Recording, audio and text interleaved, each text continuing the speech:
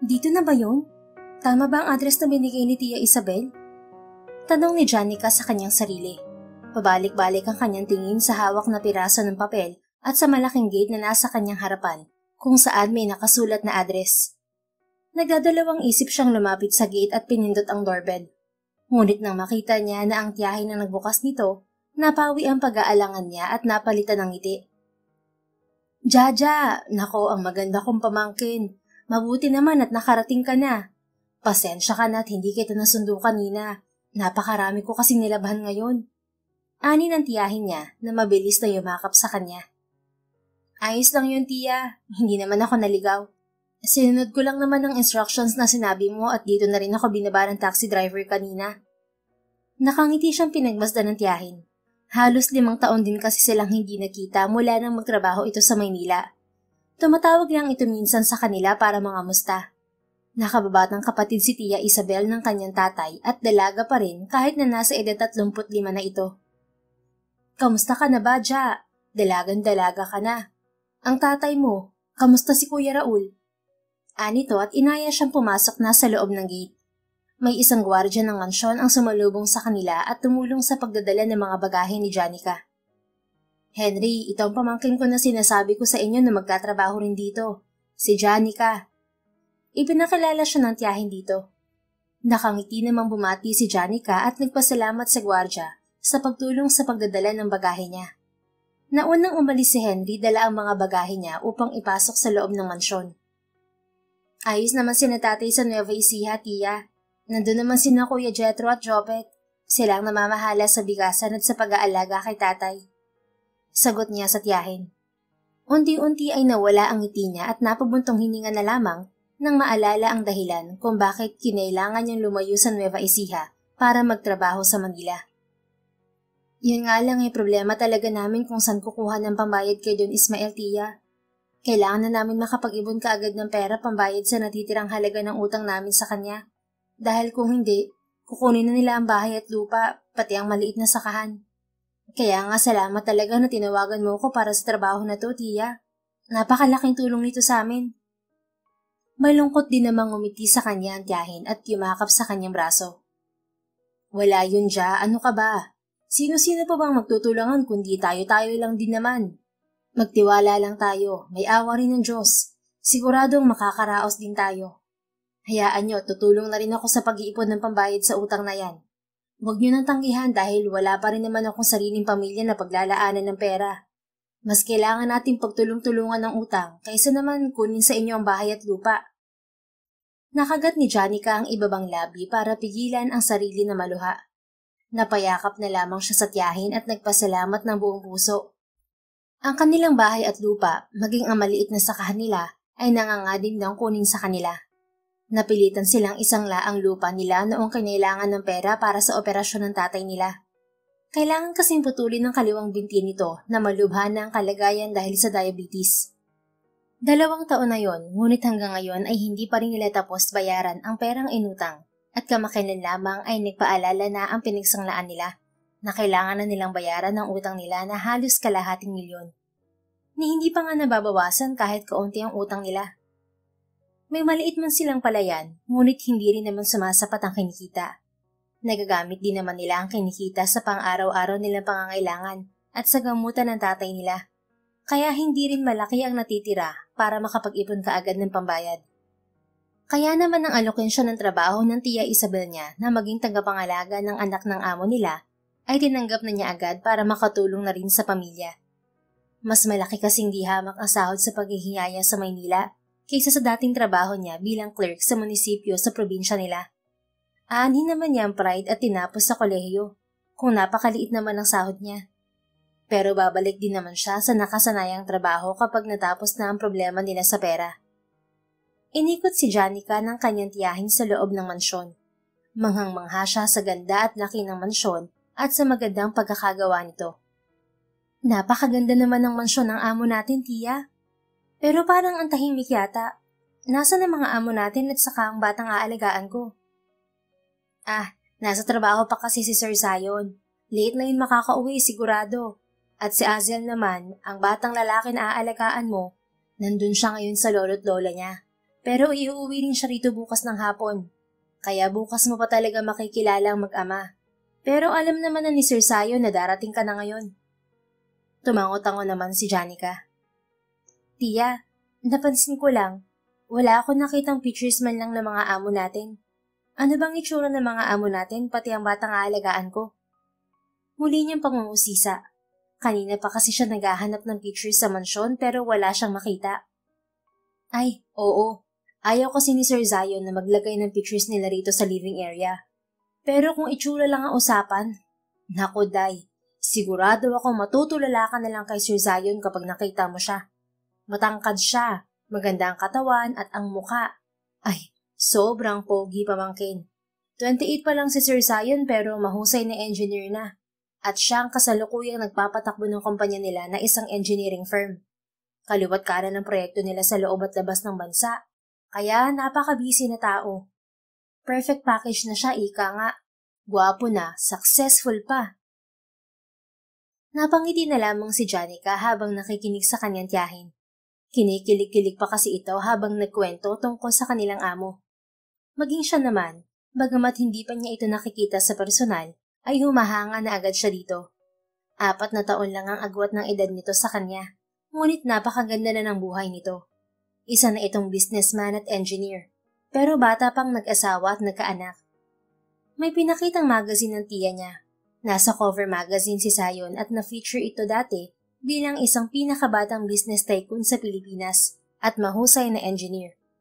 Hindi pamilyar si Janica dito dahil hindi siya mahilig magbasa ng magazine ng mga businessman. At hindi rin siya mahilig manood ng TV. Puro trabaho din kasi ang inaatupag niya. Ang asawa niya, tiya, puro si Zion na lang kasi ang kinukwento mo eh. Anya, ngunit napansin niya na unti-unting nawala ang ngiti na tiyahin. Bakit po, tiya? Wala naman. Hindi ko na kasi naabutan si Madam Claire, yung asawa ni Sir Sayon. Namatay daw siya sa panganganak kay Azel mahigit 6 years ago. Kaya naman yung mag-ama na lang ang magkasama rito. Sagot ng kanyang tiyahin. Nakaramdam naman ng kaunting lungkot si Janica para sa batang aalagaan niya. At some point ay parang nakarelate din siya. Dahil ang nanay rin nila ay namatay sa panganganak sa bunso nilang si Jopet. Kaya't ang tatay na lamang nila ang meron sila. Habang hinahatid si Janica ng tiyahin sa kanyang tutuluyan, ay nakasalubong pa nila ang mag-asawang Beth at Ador na tauhan din sa mansyon. Welcome sa mansyon ng mga Fabregas, Janica.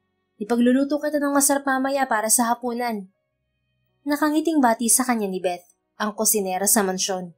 Sa tabi nito ang asawa na driver naman, na nakangiti lang din. Maraming salamat po, and nice meeting you ulit po Ate Beth, Kuya Ador. Pasasalamat niya sa mga ito bago sila muling tumuloy ng tiyahin sa kanyang tutuluyang silid. Ito ang magiging kwarto mo. Oh, solo mo lang dito Ikaw lang ang matutulog dito sa loob ng mansyon, samantalang kami naman ay dun sa quarters sa labas. Ani ng kanyang tiya nang makapasok sila ng silid. Ha? Bakit naman ako lang nandito, tiya? Kasi kailangan ka palagi dito sa loob dahil nga sa aalagaan mo. O sige na. Maiwan na muna kita. Magpahinga ka na at mamayang hapunan ay gigisingin na lang kita. Tawagan mo si Kuya Raul para sabihin nakarating ka na ha? Tumango na lamang si Janica at muling nagpasalamat sa kanyang tiyahin. Nang iwan siya nito ay naupo na lang siya sa malambot na kama habang iniikot ang tingin sa kwarto. Maayos ito at may sariling banyo. Air-conditioned din at may closet sa gilid. Tumayo muli siya para isalansan ang kanyang mga gamit sa closet. Iilan lang naman kaya hindi siya natagalan. Matapos noon ay tumawag siya sa kanila na tumagal din ng halos 1 oras. Hindi na malaya ni Janica na nakatulog na siya dahil sa pagod. Nagising na lang siya nang makaramdam ng gutom. Bumaling siya sa digital alarm clock na nasa gilid ng higaan at nagulat na halos hating gabi na pala. Hala, mag-aalas 12 na pala. Bakit hindi ako ginising ni Tia? Sabi nila isabay-sabay kaming kakain ng hapunan. Anya at bumangon na. Lumabas siya ng silid at lumakad sa medyo madilim na hallway ng mansyon. Nakapatay na halos sa mga ilaw at ang liwanag mula sa mga poste sa labas na lamang ang nagbibigay ng liwanag sa loob. Papunta na siya sa kusina para sumilip ng pagkain nang makarinig siya ng kaluskos. Dahan-dahan at tahimik siyang sumilip sa kusina kung saan nanggagaling ang kaluskos. Ngunit wala rin siyang makita dahil sa dilim. Sino nandyan?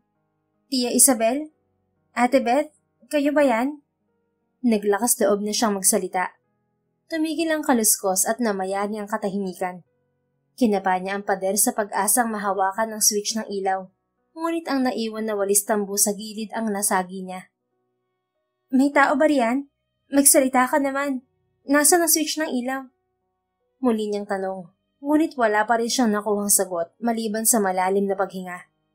Sa takot ay mabilis niyang kinapa at kinuha ang walis tambo na namataan niya kanina noong nagtutur sila ng tiyahin. Hinanda niya ang sarili. Sino ka ba? May tao riyan, di ba? Magsalita ka. Sisigaw ako kapag hindi ka pa nagsalita. Ilang sandali pa ay nakarinig siya ng mga yabag palapit sa kanya.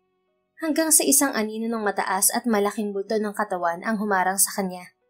Sa gulat ay napatili si Janica at hinampas ng tambo ang anino. Oh! Dammit! Daing na narinig niya. Malalim ang tinig at buong-buo na nagdala ng kilabot sa kanya. Amoy niya rin ang pinaghalong pabango ng lalaki at amoy ng alak na nanggagaling sa anino na nasa harapan. Who the hell are you? Bakit mo ko hinampas, ha? Napaatras siya nang gumalaw ito at maya-maya pa ay bumukas ang ilaw sa kusina. Nagkagulutan at pareho silang natigilan ng lalaki nang magkatitigan sila nito sa liwanag. Namangha si Janica sa kagwapuhang taglay nito at halos tingalain niya ito sa sobrang tangkad nito. Humuhubog sa suot nitong puting long sleeve polo ang katawan nito. At sa sahig naman ay ang kulay dark blue na coat na kapares ng slacks na suot nito. Who are you? What are you doing in my house? At bakit mo ko hinampas, ha? Sunod-sunod na tanong nito. Nandoon pa rin ang inis, ngunit hindi nagigil tulad kanina. Nanlaki ang mga mata ni Janica nang mapagtanto kung sino ang lalaking kaharap. Sir Zion? Who else? Of course, I am Zion Arvin Fabregas, the owner of this mansion. Wait, are you Janica Ortiz, Isabel's niece? Nabitiwan ni Janica ang hawak na tambo at dali-daling lumapit kay Zion. Hala, opo, ako po si Janica. Naku, sorry po sir, hindi ko po sinasadya. Nagulat lang po kasi ako. Akala ko po kasi may nakapasok na magnanakaw at saka napakadilim kasi. Sorry po talaga. Aligaga niyang paghingi ng tawad sa amo. Nakatitig naman sa kanya ang medyo namumungay na pares ng mga mata nito. Kinakabahan siya sa pagtitig nito sa kanya. Ngunit mas kinabahan siya nang makita ang mapula at tila bukol sa gilid ng noo nito. Diyos ko po, nagkabukol lang na umo, sir. Tara po, lalagyan natin yan ng yelo para hindi mamaga at lumaki. Sorry po talaga, sir. Hinila ni Janica ang kamay ni Zion papunta sa kusina. Hindi na niya iniintindi ang mga ginagawa dahil sa taranta habang kumukuha ng yelo at tela para sa bukol ng amo. Maupo ho muna kayo, sir, at lalagyan ko po ng yelo ang bukol niyo. Pasensya na po talaga. Hindi ko po talaga yung sinasadya, sir. Anya habang nilalagay ang yelo sa tela na nakuha. Pagharap niya kay Zion ay tahimik lang itong nakatingin sa kanya. Muli na naman siyang kinabahan nang magtama ang kanilang mga mata. Ngayon na nasa mas maliwanag na pwesto na sila, ay napagtanto niyang may basehan nga ang kilig at medyo OA na pagkukwento ng kanyang tiyahin kanina. Talagang ang gwapo ang amo nila, ngunit nakakatakot ang taas at laki ng katawan. Sir, tara na po rito.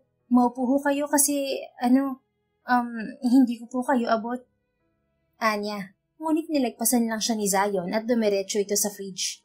Kumuha lang ito ng isang lata ng beer at lumabas na ng kusina nang wala man lang paalam. Paglabas ng amo sa kusina, napaupo na lang sa bar stool malapit sa island counter si Janica. Yari ako nito. Hindi pa man nagsisimula ang trabaho ko ay masisisante na yata agad ako. Sapo niya ang kanyang noo habang nakatingin sa hawak na tela at yelo. Kinabukasan, halos balisa at hindi mapakali si Janica. Wala nga siyang maayos na tulog kagabi at maging ang pagkain ay hindi na niya nagawa dahil sa nangyari. Huwag naman sana akong masisanti agad. Kung kailangan lumuhod ay gagawin ko, wag lang ako mawala ng trabaho. Ani sa sarili habang naglalakad palabas ng silid. Nagbubuo na siya ng mga sasabihin kay Zion kapag nakaharap na niya ito. Ngunit nang makarating siya sa dining area ay wala namang ibang tao roon. Sumilip siya sa kusina at ang naabutan niya roon ay si Beth na naglilinis. Good morning po Ate Beth. Bati niya sa kusinera na agad humarap sa kanya. Good morning din Janica. Kumusta ang tulog mo?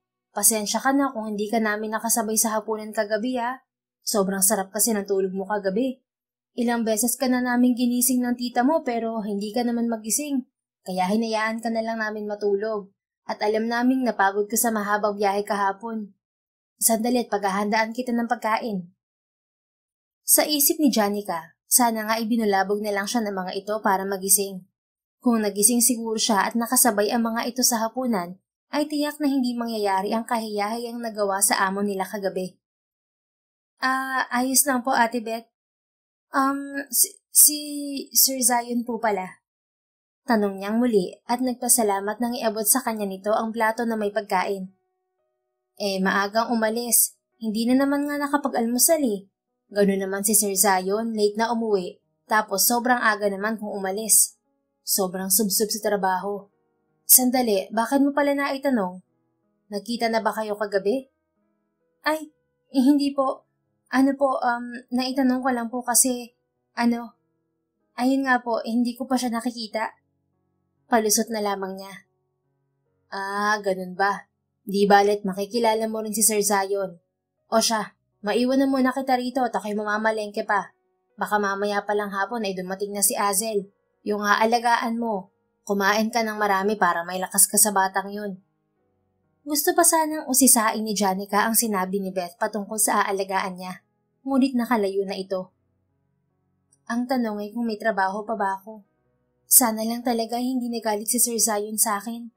Hindi ko naman sinasadya yun eh. Sana makinig siya sa paliwanag ko. Maluha-luha niyang sabi at ipinagpatuloy na lang ang pagkain. Pero in fairness, ang gwapo niya. Swerte ng magiging next wife niya. Napapangiti pa niyang sabi. Samantala, masakit ang ulo ni Zion, ngunit kinailangan niyang umalis ng maaga dahil may importanteng bagay siyang asikasuhin sa opisina. Hawak-hawak niya ang gilid ng kanyang noo at paulit-ulit na tinitingnan sa rearview mirror ng sasakyan. Nagkabukol na talaga. Mariing sabi niya nang makita ang maliit na bukol at medyo namumula-mula pa. Naalala na naman niya ang nangyari kagabi. Ang tagpo ng unang pagkikita nila ng bagong nani ng kanyang anak. Nawala rin naman kasi sa isip niya na darating nga pala ito, kaya't hindi niya naisip na may kasama na siya sa loob ng mansyon. Hindi niya rin naman masisisi si Janica dahil sa kabilang banda ay may kasalanan din siya sa nangyari. Ilang beses na nagtanong si Janica kung sino ang gumagawa ng ingay, ngunit hindi siya sumagot. Alam niya rin kung saan ang switch ng ilaw, ngunit hindi niya agad binuksan. Siguro dala ng tama ng alak kaya naisipan niyang takutin ang bagong yaya ng anak niya. Pero siya ang nasurpresa nito at may pabaon pang bukol. Sa halip na mainis siya sa babae, ay lihim na naaliw pa nga siya rito kagabi. Pero agad niya napansin ang taglay na kasimplihan at kagandahan ni Janica kahit na nakainom siya kagabi. Gandang probinsyana na kahit walang makeup ay maganda pa rin. Sakto lamang din ang kulay ng balat ng dalaga. Hindi maputi, hindi maitim. Siguro dahil nagtatrabaho dati sa opisina at hindi naman sa bukid. Nabanggit na ng tiyahin ng dalaga na nakatapos naman si Janica ng kolehiyo pero maliit ang sahod bilang clerk. Hanggang sa pagdating niya sa kanilang kumpanya ay marami ang nakapansin ng maliit na bukol sa kanyang noo. Ibinigsak na nga niya ang buhok pero halatang halata pa rin to. Good morning, sir. Tumawag po pala ang mga Williams about sa project na. Ay, hala. Anong nangyari sa noo mo, sir? May bukol ka. Ani ng kanyang sekretarya na nabigla rin nang mapansin ang bukol niya. Ikuha mo na lang ako ng yellow please. Thank you, Francis. Walang buhay na utos na lang niya rito bago pumasok sa kanyang opisina. Isinubsob muli ni Zion ng oras niya sa pagtatrabaho tulad ng araw-araw na ginagawa at kaliwat kanan na meetings. Retired na ang mommy at daddy niya kaya siya na ang nagtitake over ng multi-billion-dollar engineering company nila. Hindi lamang sa infrastructure project sila nakafocus. Involved din ang fabrikas builders sa iba't ibang klase ng engineering products. Ngunit sa kabila ng kabisihan, nang sumapit ang hapon ay umalis din siya para sunduin ang kanyang anak na nasa mga magulang niya.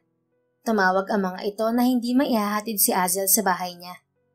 Pagkarating niya sa mansyon ng mga ito ay naabutan niya ang mga ito na nakabihis. Nakaupo ang mga ito sa living area kasama ang anak niyang tahimik na naglalaro sa tablet nito. Mabuti naman at nandito ka na, Zion, iho. Hindi namin maihatid si Azel ngayon dahil may party kami na a-attendan ng daddy mo. Sabi ng kanyang ina nang makita siya. Lumapit naman siya upang humalik at yumakap sa mga ito. What happened to your forehead, son? May bukol ka. Napaaway ka ba kagabi? Wala naman yan kahapon ah. Puna naman ng daddy niya. It's nothing, Dad. Someone just hit me with a broom last night. Tipid na sagot niya bago binalingan ng anak na hindi man lang siya tinapunan ng tingin. Azel, apo. Your dad's here. Say hi to your daddy. Ang mommy na niya ang tumawag sa atensyon ng kanyang anak. Tumigil nga ito sandali sa paglalaro at tumingin kay Zion. Ngunit tumayo rin kaagad at lumakad palabas ng bahay na wala man lang imik. Napabuntong hininga na lamang si Zion habang pinagmamasdan ng anak. Nakaramdam siya ng tapik sa kanyang balikat mula sa kanyang ama. Congratulate him later, son. Nanalo siya sa spelling bee contest nila sa klase kanina at best in drawing pa siya. Sabi ng daddy niya. Napapikit ng mariin si Zion. Nakalimutan na naman niya na may monthly contest nga pala sa klase ng kanyang anak. Yeah, thanks for reminding me and for taking care of him, Dad, Mom. Wala yun, anak. Minsan na nga lang din makapasyal si Azel dito. By the way, nakarating na ba ang bagong nani niya? Tugon at tanong naman ng kanyang ina. Tumango si Zion. Yes, Mom, kahapon lang. Sige na, Mom, Dad, mauuna na kami. Ingat kayo at enjoy sa party na pupuntahan nyo. Matapos humalik at makapagpaalam sa kanyang mga magulang ay lumabas na rin si Zion. Naabutan niya ang anak na nakaupo na sa backseat ng kanyang sasakyan. Tahimik at halos walang kibuan ng dalawa sa mga sumunod na minuto ng biyahe pabalik sa kanilang mansyon. Pabalik-balik ang tingin ni Zion sa daan at sa rearview mirror para tingnan ng anak na busy sa kung anong nilalaro nito sa tablet. Your lolo told me that you won the spelling bee contest and got an award for best in drawing today. What reward do you want? Ani Zion para basagin ng katahimikan. Ngunit nanatili lang na tahimik at nakatutok sa tablet nito ang kanyang anak. Hey, may kausap ba ako o wala? Azelus Gavin Fabregas, answer me when I'm talking to you. Sa puntong yun ay nag-angat na ito ng tingin sa kanya. I'm asking you kung may gusto kong Nothing. Mabilis na sagot ng bata at muling yumuko sa tablet nito. Bumuntong hininga na lang si Zion at napailing sa inasal ng anak. Pinilit niyang pakalmahin ng sarili dahil baka may masabi na naman siya o masigawan pa ito. Dumating na pala ang bagong nani mo. Her name is Janica. Nisya ni Yaya Isabel. Sabi niyang muli para buksan na ang usapan sa bagong nani nito. Tumingin sa kanyang anak mula sa rearview mirror. Nakipagtitigan ito sa kanya ng ilang segundo bago ito kusang bumitiw. I'm warning you already, Azelus Gavin. Hindi ko na palalagpasin ang gagawin mo sa bagong nani mo this time. I've had enough with your rowdiness already. Kapag may ginawa ka pa sa bagong nani mo, tutumbasan ko ng punishment. Is that clear? Wala siyang nakuhang tugon mula sa anak. Pumikit lang ito at humiga sa backseat at hindi na bumangon pa. Lalong sumakit ang ulo ni Zion sa anak. Gayunpaman ay pinalagpas na lang niya ito. Pagdating sa kanilang mansyon ay unang bumaba ng sasakyan si Azel. Pagpasok naman ni Zion ay naabutan niya ito na nakatayo sa harapan ni Janica na nakangiting kumakaway sa kanyang anak. Hello, Bibi Azel. Nice meeting you. Ako nga pala si Janica. Ako ang bagong nani mo. Ang cute mo naman. Akmang hahawakan na sana ni Janica ang pisngi ng anak niya. Ngunit umiwas at nilagpasan nito ang dalaga. Napatitig na lang si Zion sa anak na umaakyat na sa hagdan. Nang tingnan niya si Janica ay mukhang gulat. Nagtataka at malungkot ang ekspresyon nito. Janica. Tawag niya sa babae. Napaigtad ito nang humarap sa kanya. Sir Zion, good afternoon po. Namumulat halos hindi makatingin na bati nito sa kanya. Yung nangyari po pala kagabi, sir. Sorry po ulit doon. Hindi ko po talaga sinasadya. Nadala lang po ako ng takot. Never mind that. Tapos na yun. Nangyari na. Kasalanan ko rin naman eh. Hindi ako nagsalita at nagbukas ng ilaw kaagad. Anya kaya napilitang tumingin sa kanya si Janica. By the way, that's my son. Azelus Gavin. Pagpasensyahan mo na ang pagkasuplado at sutin ng batang yun. You think you can handle him? Tanong niya. Mabilis namang tumango-tango si Janica. Opo naman sir. Naiintindihan ko naman po. Kasi gano'n naman talaga ang mga bata. Minsan may pabago-bago sila ng mood at nasa stage pa sila ng pagiging makulit. I know, but my son is on a different level. Kaya habaan mo sana ang pasensya mo sa kanya. Pero kung may gawin man siya o masaktan ka niya, sabihin mo na lang sa akin at ako na ang kakastigo sa kanya. Understand? Napalunok si Janica sa kanyang sinabi, ngunit dahan-dahan din naman itong tumango. Inisa-isa niya muna kay Janica ang mga trabaho nito bilang nani ng kanyang anak na agad naman itong naunawaan. Matapos noon ay nagpaalam na rin siya at umakyat sa kanyang kwarto para magpahinga. Sa kabilang banda, nakahinga naman ng maluwag si Janica nang malamang may trabaho pa rin siya. Gayunpaman, medyo nakonsensya naman siya kanina nang makita ang bukol sa noo nito. Sana kasi hinayaan na lang niya kung lagyan ng yelo ang bukol niya para hindi mamaga at mahalata. Anya sa sarili habang nakatingin sa hagdan. Kinabukasan ay maaga siyang nagising para asikasuhin si Azel. May pasok kasi ito sa school at bilang bagong nani nito ay kailangan niya itong samahan sa school nito bilang bahagi ng trabaho niya. First grader na ang bata pero malaki ito sa edad na 6. Mana sa ama na matangkad. Azel, gising na baby boy, may pasok ka pa. Kinatok niya sa pinto ang bata. Memoryado naman na niya ang pasikot-sikot ng mansyon pati ang mga silid. Azel, papasok na ako ha. Papaliguan pa kasi kita at bibihisan. Nakaready na rin ang pagkain sa baba.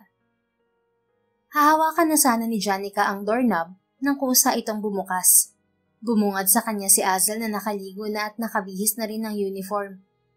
Iyon nga lang, hindi pa ito nakasuklay at hindi maayos ang pagkakatak-in ng polo sa shorts ng uniform nito. I can take a bath and get dressed by myself. Get lost. Ani Azel bago siya niligpasan. Napakanga naman si Janica sa sinabi ng bata. Humahanga pa naman siya na sa edad nitong 6 ay kaya na nitong maligo at magbihis mag-isa. Pero may ugali nga talaga itong kailangan niyang pagpasensyahan. Sinundan niya si Azel na nasa dining table na. Nandoon na rin si Zayo na tahimik na kumakain. Pasimpleng lumapit si Janica kay Azel para sana asikasuhin ng pagkain nito. Pero kusa nang tumayo at kumuha ng pagkain ng bata. Let him be, Janica. Kaya na niyang kumuha ng pagkain at kumain na mag-isa. Maupo ka na at sabayan na siya sa pagkain. Ani Zayo na umani ng atensyon niya. Po? Tumingin to sa kanya. Sabi ko, sabayan mo na si Azel sa pagkain. Sasamahan mo siya buong oras sa klase niya. Kaya mas magandang nakakain ka na rin. Yun po ba? Ayos na po, nakakain na po ako. Sabay-sabay po kami ni na Tia Isabel kanina. Salamat po. Sagot ni Janica. Tumango naman si Zion at tumayo na. Okay then, I'll go ahead. Ikaw nang bahala sa kanya, Janica. Anito at lumakad na paalis. Pinanood na lamang ni Janica ang paglabas ni Zion ng dining area. Medyo nalungkot siya na hindi man lang ito humalik o nagpaalam man lang sa anak nito. Nang tingnan ni Janica si Azel ay parang wala lang din naman ito sa bata. Natahimik lang na kumakain. Isang araw pa lamang si Janica sa trabaho pero pakiramdam niya na ay hindi maganda ang relasyon ng mag-ama. Wala namang nangyaring espesyal o kakaiba sa buong oras ng pagbabantay ni Janica kay Azel habang nasa school ito. Minamasdan lang niya ang bata na mag-isa lang at palaging tahimik. Nang break time ay wala itong kasama na kumain at wala ring kalaro, kaya medyo naaawa si Janica rito. Pag-uwi naman nila, dumiretso kaagad si Azel sa kanyang kwarto at hindi na bumaba pa. Ayos ka lang, Ja? Tanong ng kanyang Tia Isabel. Nasa kusina siya. Nakatambay at pinapanood si Beth na nagluluto. Ayos lang naman po. Sagot niya. May gagawin ka ba, Tia? Tulungan na kita, wala naman akong ginagawa. Si Azel kasi hindi na bumaba at parang ayaw ako makita. Kinuto ko kanina kung gusto ng merienda pero wala namang sagot. Narinig niya na huminga ng malalim ang tiyahin at tumabi sa kanya. Ganun talaga ang batang yun.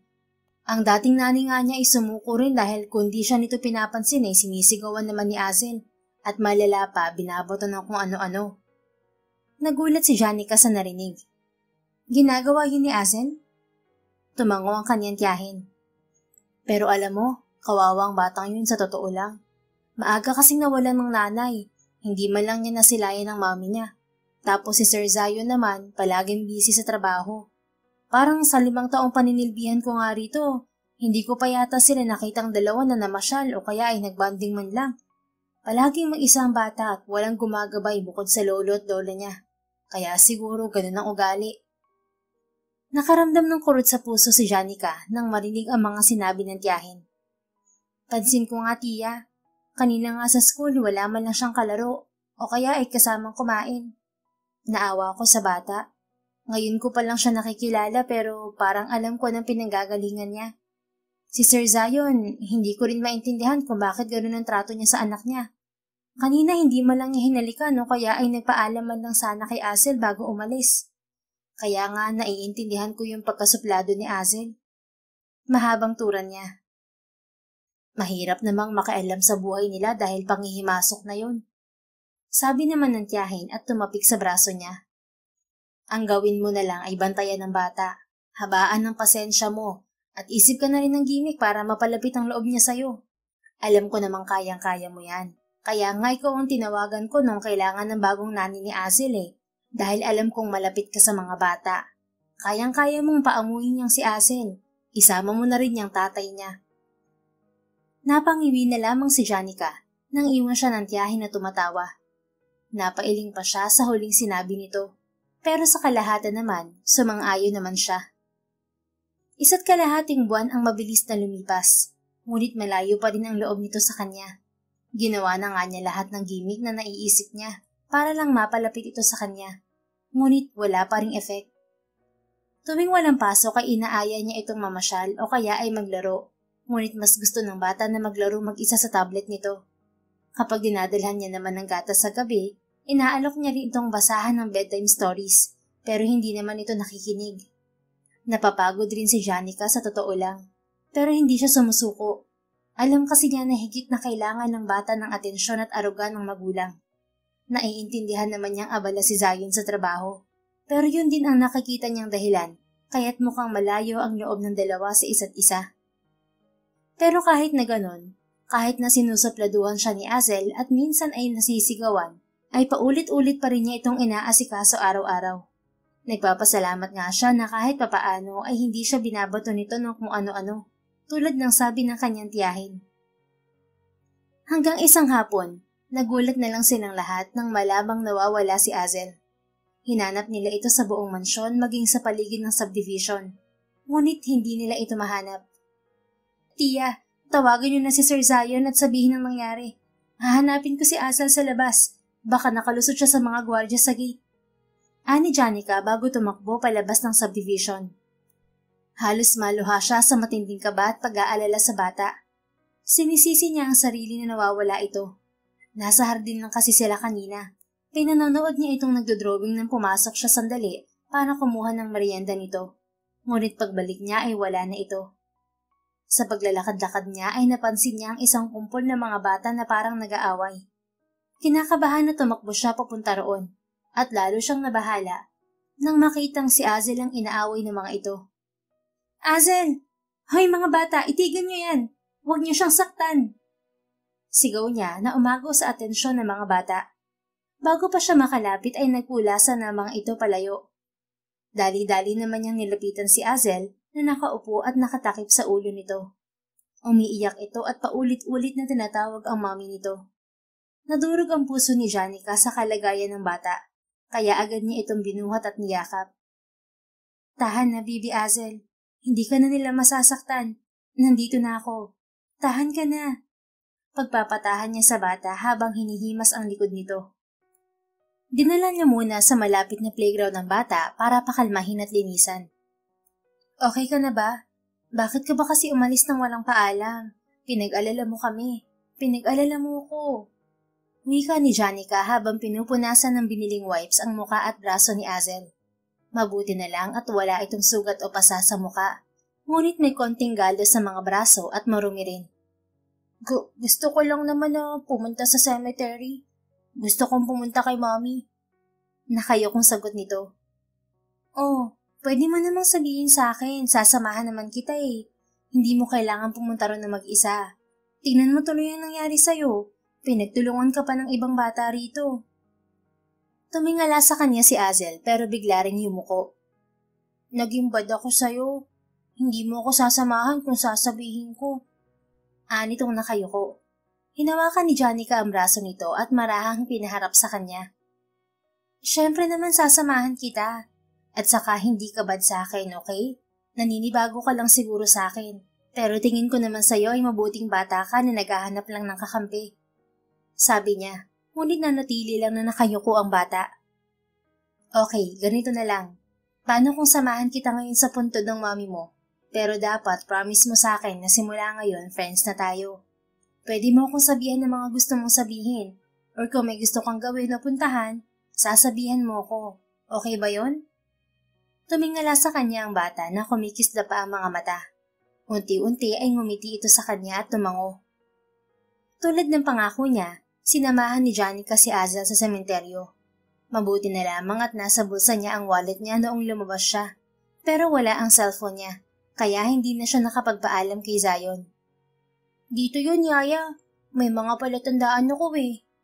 Ani Azel habang hawak ang kamay niya. Humanga na naman si Janica kay Azel dahil kahit bata pa ay matalas na ang memorya at talagang alam nito ang lugar kung saan nakalibing ang mami nito. Nang makarating sila sa puntod ng mami ni Azel ay muling umiyak ang bata. Sa pagkakataong yun ay nakita niya ang isang bata na nagsusumbong at nangungulila sa isang ina. Sana sinama mo na lang ako, mami. Sana nandyan na lang din ako sa'yo para hindi ako malungkot dito. Wala akong kakampi, mami. I miss you so much kahit hindi kita nakita at nakasama noon. Sorry kung nawala ka ng dahil sa akin. Kung ako na lang sana ang nawala, hindi sana galit si Daddy. Hindi na kinaya ni Janica ang nararamdamang lungkot at awa para sa bata na nakadapa sa damuhan at umiiyak sa puntod ng ina. Lumuhod siya sa tabi nito at maingat na binuhat ang bata para yakapin. Huwag ka magsalita ng ganyan, Azen. Hindi ka naman nag-iisa eh. Hindi ba sabi ko nandito lang ako? Di ba friends na tayo? Kakampi mo ako, okay? Maluhaluhang paliwanag at pagpapatahan niya dito. Huwag mo rin hilingin na sana kasama ka na lang ng mami mo. Kasi sigurado ako na mas gugustuhin ng mami mo na nandito ka kasama ng daddy mo. Kasi alam mo, kung kasama ka ng mami mo sa heaven ngayon, may iwan mag-isa ang daddy mo rito at mas malulungkot siya.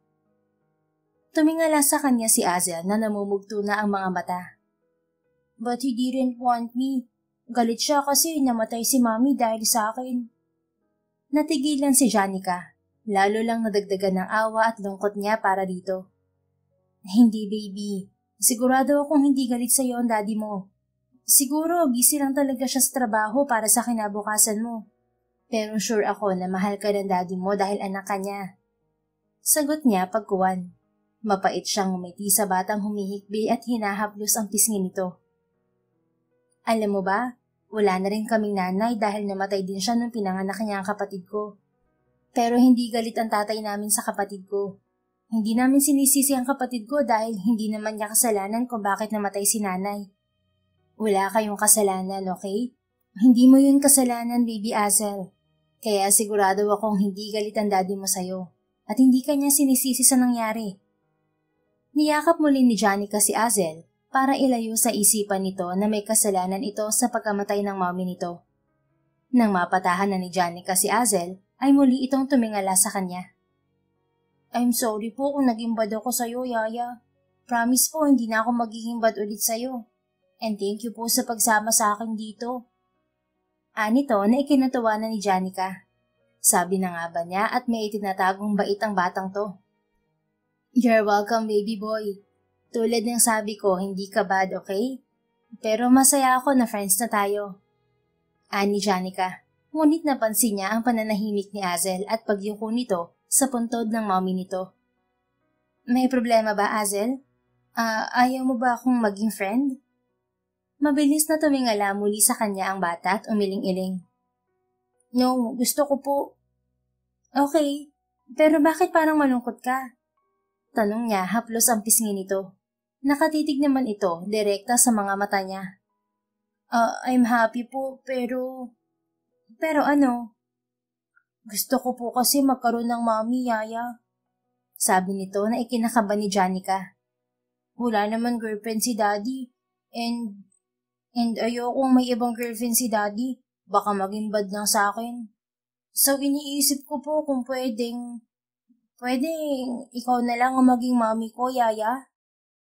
Napaawang ng bahagya ang bibig ni Janica. Hindi siya agad nakasagot dahil sa pagkabigla. Ngunit nang makita niya ang biglang paglaho ng kanyang sa mga mata ni Azel at ang pagyuko nito, ay parang may tumusok sa kanyang puso.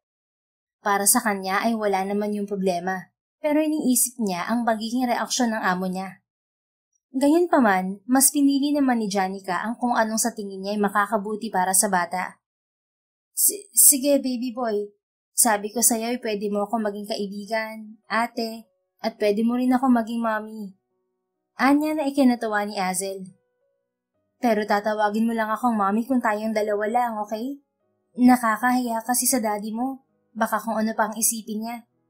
Dagdag niya. Okay po, mommy. But I think daddy's gonna love you naman po. Inosenteng sabi ng bata na bumuhay ng init sa mukha ni Janica. Ikaw talaga. Kung ano-anong sinasabi mo. Halika na nga, uwi na tayo. Ginabi na tayo. Siguradong nag-aalala ng daddy mo sa'yo. Wala pa naman akong dalang cellphone. Anya at tumayo na. Ngunit bago sila umalis ay nangako muna siya sa puntod ng mami ni Azel na aalagaan niya ang bata sa abot ng kanyang makakaya. Samantala, hindi naman mapakali si Zion sa labis-labis na pag-aalala sa kanyang anak. Nasa board meeting siya nang tumawag si Isabel para sabihing nawawala si Azel at hanggang ngayon ay hindi pa rin nila nahahanap. Dapat ay nagbabantay kayo ng mabuti. Henry, ikaw ang nasa gate pero hindi mo man lang napansin na nakalabas ng anak ko. Hindi na niya napigilang sigawan ng mga tao sa kanyang mansyon. Pasensya na sir. Umihi lang po kasi ako saglit. Tapos pagbalik ko, nagtatanong na si Janica kung lumabas ba si Azel. Nakayokong dispensa ng gwardya na si Henry.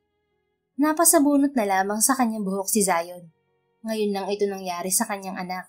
At ang takot na nararamdaman niya ay kaparehong-kapareho noong nawala sa kanya ang dating asawa. Nanginginig ang katawan niya habang iniisip si Azel. Natatakot siyang pati ito ay mawala ng tuluyan sa kanya. Ilang sandali pa, bumukas ang pinto ng mansyon at pumasok si Janica bit-bit ang natutulog na si Azel. Napatayo si Zion sa couch at dali-daling tumakbo palapit sa dalawa. Kinuha niya kay Janica ang anak na mahimbing nang natutulog. What happened to him? Saan mo siya nakita, Janica? Tanong niya, pero na kay Azel lang ang tingin niya. Nakahinga siya ng maluwag nang makita ang kaisa-isang kayamanan niya na walang katumbas na halaga. Hindi man sila ganoong close mag-ama, pero mahal na mahal niya si Azel. Inakit ni Zion ang anak sa kwarto nito at sumunod naman si Janica. Inilahad ni Janica ang mga nangyari.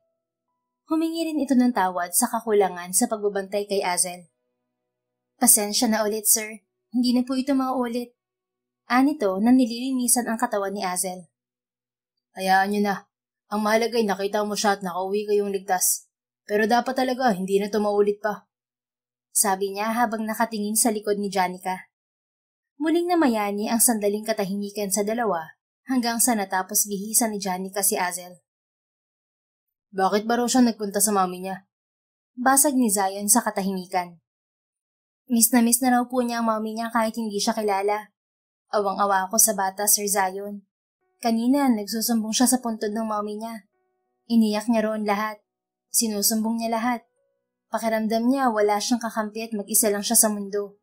At pakiramdam niya ay galit ka sa kanya at sinisisi mo siya dahil sa pagkamatay ng mami niya. 6 na taon pa lang siya pero nakakaramdam at nakakapag-isip na siya ng mga ganoong bagay. At hindi po yun maganda sa kanya. Baka paglaki-laki pa niya ay mauwi sa depresyon ng mga pakiramdam niya. Ani Janica na bigla na lamang naluha habang sinusuklay ng kamay ang buhok ni Azel. Tahimik lang naman si Zion na nakikinig. Nagigilty para sa anak. Naipaliwanag ko naman na po sa kanya na siguradong hindi ko ang iniisip niyo. Pagpapatuloy ni Janica. Sabi ko hindi niyo siya sinisisi at hindi kayo galit sa kanya.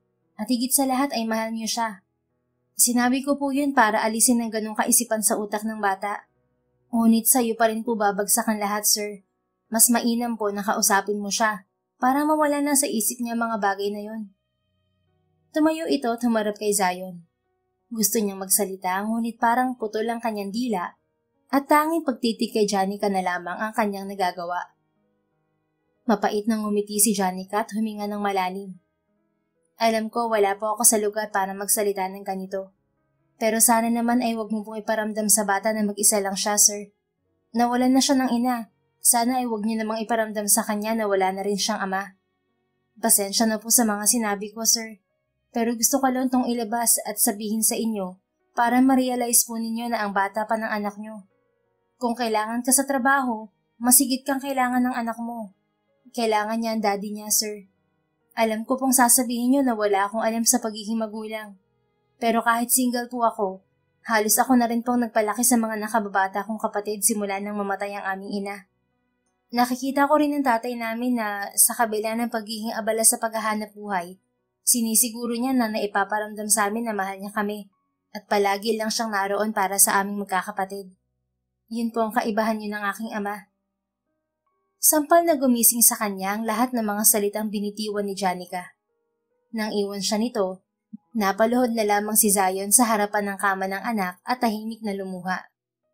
Ngayon niya na-realize ang mga pagkukulang sa anak. Aminado naman siya na nahirapan siyang tanggapin ang lahat noong namatay ang asawa niya. Tinutulungan siya ng mga magulang sa pagpapalaki sa anak niya, habang siya ay sinusubsob ang sarili sa trabaho para makalimot. Ngunit hindi niya namamalayan na unti-unti na rin pala niyang nakakalimutan na may anak siyang naghahanap ng aruga at pagmamahal ng isang ama. Ama na hindi lang nagbibigay ng material na bagay o laruan. I'm so sorry, son. Patawarin mo ako. Ang dami kong pagkukulang sa'yo. I'm sorry. Ngayon ko lang nakita ang epekto ng mga nagawa ko sa'yo. Lumuluhang wika ni Zion habang yakap ang anak at paulit-ulit na humahalik sa noo nito. Daddy? Tumingin si Zion sa kanyang anak na mukhang nagising dahil sa paghikbi at paghalik niya sa noo nito. Lalong naluha si Zion nang makita ang namumugtong mga mata ng bata. Anak, patawarin mo si Daddy ha. Babawi si Daddy sa lahat, okay? I'm so sorry. Sana mapatawad mo ako sa mga oras na wala ako at inuuna kong trabaho. Pero promise ko na mula ngayon, ikaw na ang uunahin ko. Babawi ako sa mga panahong nasayang ko na hindi ka naaasikaso. I'm not mad at you, okay? Hindi kita sinisisi sa nangyari sa mami mo. It is my fault for making you feel that way. And I'm so sorry for that.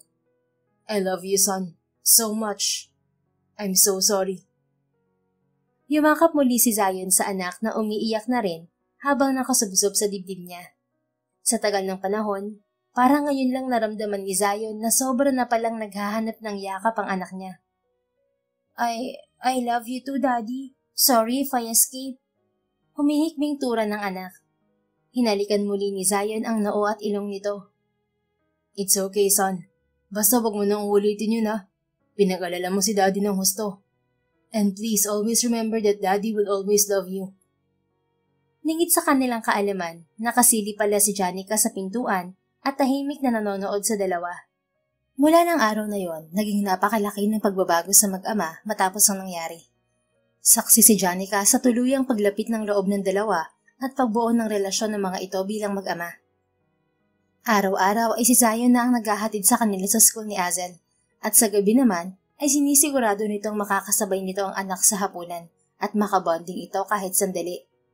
Kitang-kita ni Janica na nagsisimula na talaga si Zion na bumawi sa anak nito. At masayang-masaya naman siya na nagbunga ang paglalakas loob niyang maglabas ng saloobin kay Zion. Tamang-tama talaga na ikaw ang tinawagan ko para sa trabahong to, pamangkin. Tingnan mo silang mag-ama oh, ang saya-saya nila. Ngayon ko lang nakita ang dalawang yan na tumatawa ng ganyan. Anang tiya Isabel niya na tumabi sa kanya at sinamahan siya sa panonood sa mag-ama na masayang naglalaro ng Xbox sa living area. Ninitian na lamang ni Janica ang tiyahin at yumakap sa braso nito nang humirit pa ito. Hindi lang pala pag-aalaga at pagpapaamo sa bata ang talent mo, pati pala pagpapalapit sa loob ng mag-amay kayang-kaya mo. Baka naman pati pagbuo ng pamilya kaya mo na rin. Maayos ng relasyon ng dalawa pero kulang pa sila ng mami. Tingin ko naman papasa ka na roon, Ja. Gustong gusto ka naman ni Asel. Di ba nga, mami pa ang tawag niya sa'yo? Oh, parang happy family na talaga. Mabilis na bumitiw si Janica sa braso ng tiyahin at nanlalaki ang mga mata na hinarap to. Si Tia naman kung ano-anong sinasabi. Yaya lang po ako rito at ang labo-labo na niyang sinasabi mo. Giit niya, ngunit pabirong kinalabit ng tiyahin ang tagiliran niya. Asus, ang labo-labo ka riyan. Huwag kang magsalita ng tapos. Hindi mo rin naman alam ang takbo ng tadhana, no? Malay mo naman may chance. At isa pa, bagay nga kayo ni Sir Zion eh. Kahit nga si Nabet, sabi nila bagay talaga kayo. Sigurado ako nagagandahan din yan si Sir Zion sa'yo. Parang kailan lang panay ang tingin sa'yo eh. Ay, kinikilig yan. Hala, si Tia naman. Bahala ka nga riyan, maliligo na ako. Anya para takasan na ang mapang-asar na tiyahin. Ngunit hanggang sa pagtulog ay parang hinahabol siya ng pang-aasar ng kanyang tiya. Nakailang palit na siya ng pwesto ng higang ngunit hindi pa rin siya dalawin ng antok. Si Tia kasi, kung ano-anong sinasabi, hindi tuloy ako makatulog. Nakalabi niyang sabi habang nakatihaya. Maya-maya ay nagulat siya nang may kumatok sa pinto ng kanyang kwarto. Janica, are you still awake? Parang binombahan ng hangin ang dibdib ni Janica sa sobrang bilis ng tibok ng puso niya. Narinig pa lang niya ang boses ni Zion ay kinabahan na siya. Muli niyang sinisi ang tiyahin dahil sa nararamdaman niya ngayon. Janica, may sasabihin sana ako. Gising ka pa ba? Maybe she's already sleeping. Rinig niyang sabi ni Zion sa labas ng silid. Dapat sana ay hahayaan na lamang niya itong umalis at isipin nito na tulog na siya. Pero ewan ba niya sa sarili kung bakit bigla na lamang siyang tumayo at binuksan ng pinto? Sir, bakit po? Tawag niya kay Zion na maglalakad na sana para umalis. Oh, nagising ba kita? I'm sorry. May gusto lang kasi sana akong sabihin. Hindi naman po. Patulog pa lang sana. Ano nga po ba sasabihin niyo, sir? Humakbang ito at tumayo sa harapan niya. Hindi siya halos makatingin kay Zion na puting sando at manipis na itim na pajama lamang ang suot. I just realized na hindi pa pala ako nakakapagpasalamat sa iyo sa mga ginawa mo. Lalo na sa pagpapamukha sa akin ng mga pagkukulang ko. Thank you for that, Janica. Naging wake-up call ko ang mga sinabi mo noon at marami akong na-realize. Kaya utang ko sa iyo na maayos na ang relasyon namin ng anak ko. Sinserong sabi nito na direktang nakatitig sa kanyang mga mata. Halos habulin naman ni Janica ang hininga dahil sa bilis ng tibok ng puso niya. Ngayon lang niya ito naramdaman sa amo niya sa halos 2 buwan na niyang pananatili sa mansyon. Yun po ba? Naku, wala po yun. Maliit na bagay lang po yun, sir. Ang pagbawi niyo po sa mga kakulungan niya sa anak niyo ang dahilan kaya maayos ng relasyon ninyong dalawa.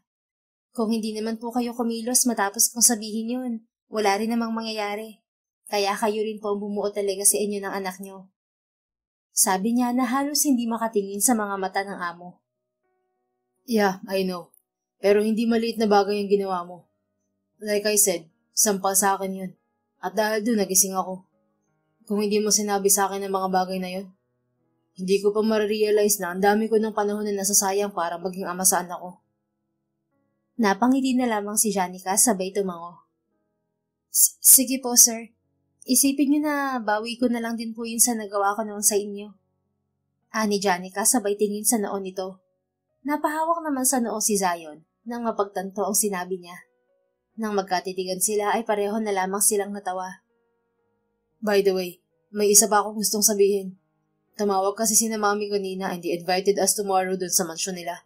Kararating lang kasi nila galing Singapore and they wanted to see Azel. And ikaw na rin. You know, it's been 2 months already but they haven't met you personally. Mahabang ani Zion.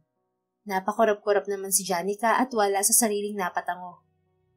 Sige po, sir. Wala naman pong problema. Sagot niya na nagpangiti naman kay Zion. Lumabas na naman tuloy ang 2 dimples nito na kamakailan lang nila napansin. Malimit na kasi ngayong nakangiti si Zion, maging si Azel. Lalo tuloy lumakas ang kabog sa puso ni Janica na para bang may mga naghahabulang daga sa dibdib niya. Mas gumagwapo kasi ng triple si Zion sa kanyang paningin kapag humingiti ito. Good. Then, tomorrow na lang. They'll expect us early in the morning para makabanding nila si Azel. So, matulog na tayo. Sabi nito na hindi nawawala ang ngiti. Tulala lang tuloy si Janica. Good night, Janica.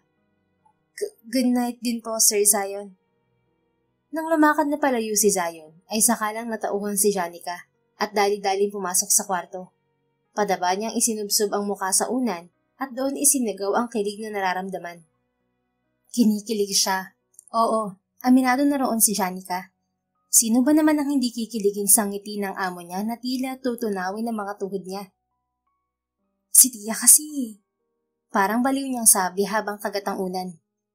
Kinabukasan nga, kahit na parang kulang pa sa tulog, ay maagang gumising si Janica at naghanda para sa pagpunta sa mansyon ng mga magulang ni Zion. Pagkarating nila roon ay sinalubong kaagad sila ng mga ito na nakangiti. Nasa likuran lang siya nila Zion na nakikipagbatian sa mga magulang nito nang balingan siya ng mommy ni Zion. So, you must be Janica? What a beautiful woman. Come here, Iha. Don't be shy. Hindi naman kami nangangagat eh. Pabirong ani ng mami ni Zion. Natawa ng bahagya si Janica at tuluyang nawala ang kaba niya. Nasabi naman na ng tiyahin niya na mabait ang mga magulang ni Zion. Ngunit dahil first time nilang makaharap ang mga ito, ay natural na medyo kabahan siya. Hello po, senyora, senyor. Good morning po sa inyo. Nakangiti niyang bati sa mga magulang ni Zion. She's my new mommy, mamita. Biglang singit ni Azel na ikinagulat niya. Hala, Azel?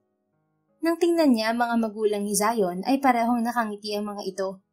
Pagbaling naman niya kay Zion ay nagpipigil din ito ng ngiti. Lalong nadagdagan ng hiya niya nang magkatitigan sila, kaya dali-dali siyang umiwas ng tingin.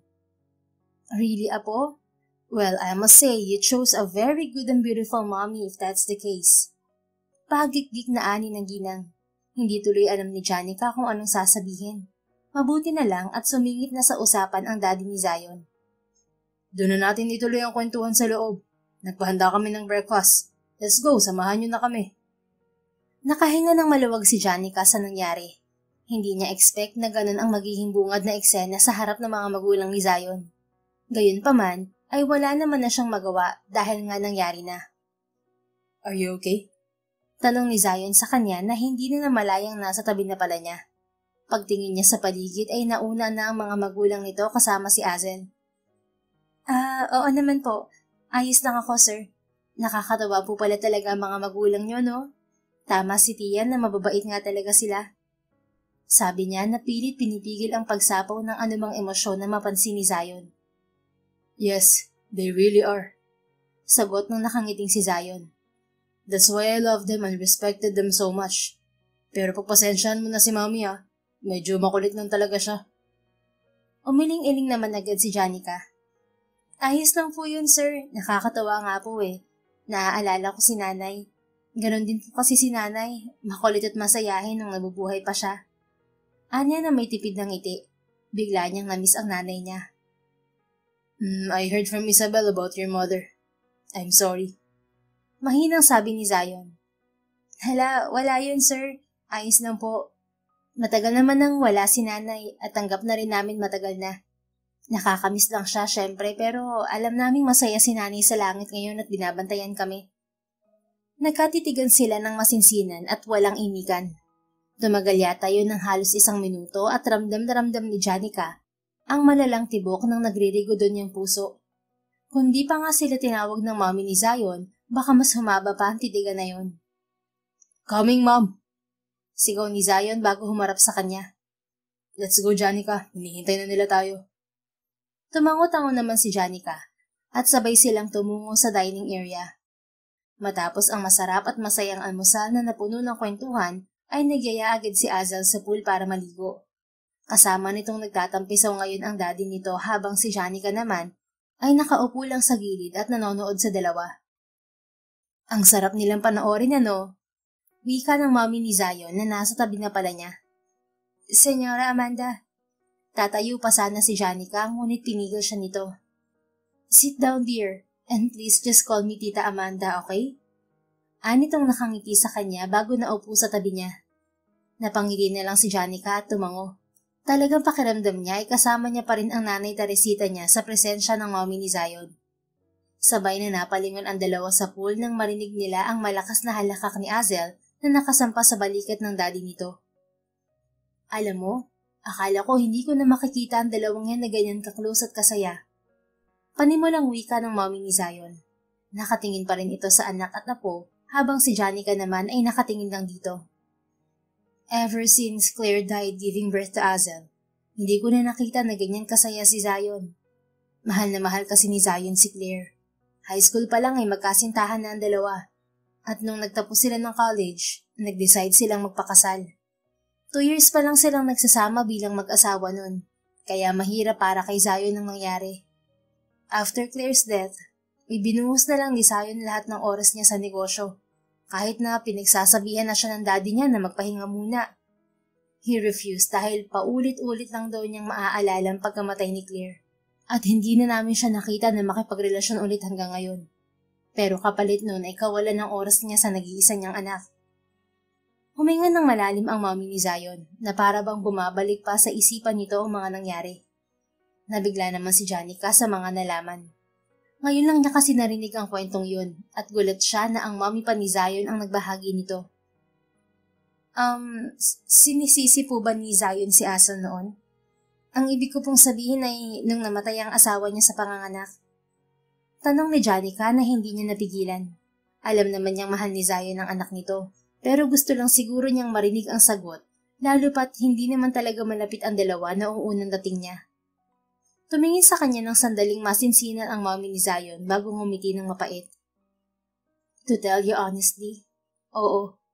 Sagot nito na parang saksak sa puso ni Janica. Halos hindi mahawakan ni Zion si Azel nung pinanganak ang apo ko. We understand him. Nadadala siya ng emosyon niya noon. Kaya nga hinayaan na muna namin siya makapagluksa muna. Wala pa siya sa kondisyon noon, kaya habang tinutulungan namin siyang makabawi, kami rin muna ang nag-aalaga sa apo namin. And when we saw that he's ready to be a father, binigay na namin si Azel sa kanya.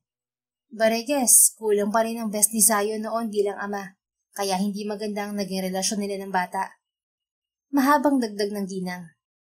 Napatango-tango naman si Janica at tila naaalala na naman ang mga pagkakataon na halos siya na ang nai-stress sa cold relationship ng mag-ama.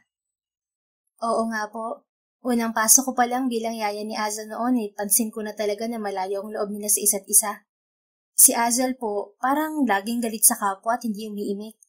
Mabuti nga po't ngayon ay ayos na sila at parehong bumabawi na sa isa't isa. Anya. And that's all because of you, Janica. Hinala namin ay dumadaan sa depression si Azel dahil sa pangungulila sa ina at sa ama na kapiling niya pero parang kay layo sa kanya. Kahit sa amin ay hindi rin siya masyadong kumikibo. Pero look at him now.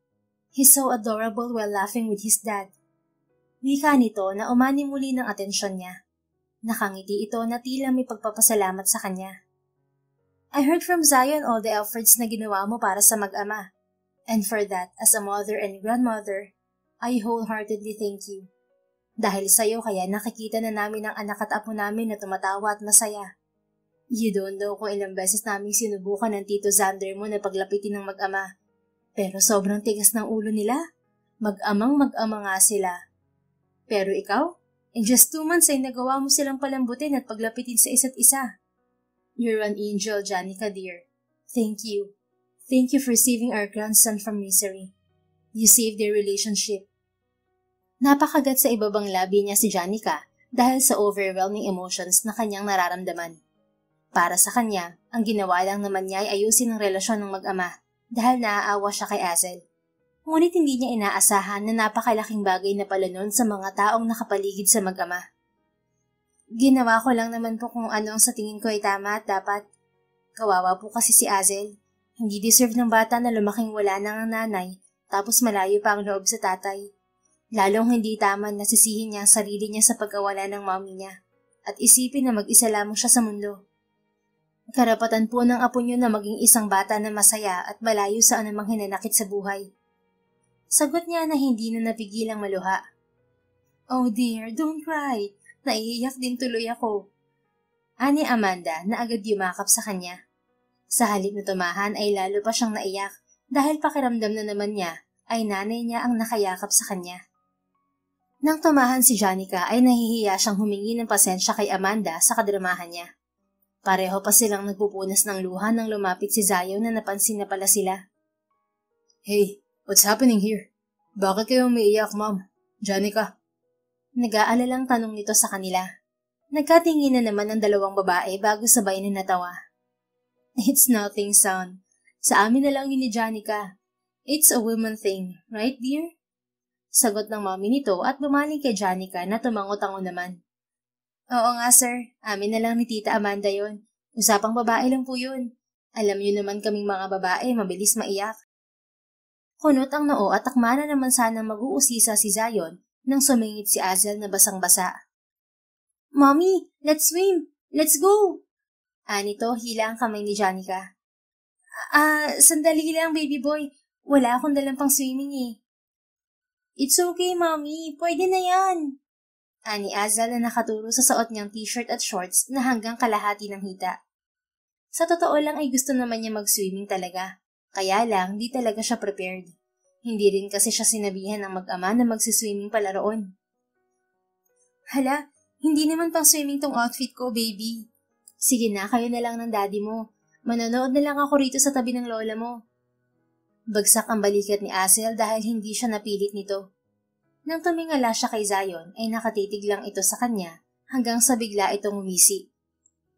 Don't worry son, magsiswimming din siya with us. Anito at nagulat na lang siya nang bigla siyang binuhat ni Zion na parang bagong kasal sila. Napatili pa siya nang tumakbo si Zion at tumalon sa pool. Pag-ahon ni Janica sa tubig, ang tumatawang si Zion ang una niyang nakita at ang tsinelas niyang lumulutang sa tubig. Rinig niya rin ang pagtawa ng maglola. Bakit mo ginawa yun, sir? Yung tsinelas ko hindi ko tuloy nahubad. Marurumihan ng tubig. Namumula sa hiya at inis niyang ana sa tumatawang lalaki. Gusto kang makasama ni Azel mag-swimming eh. And never mind your tsinelas and what you're wearing.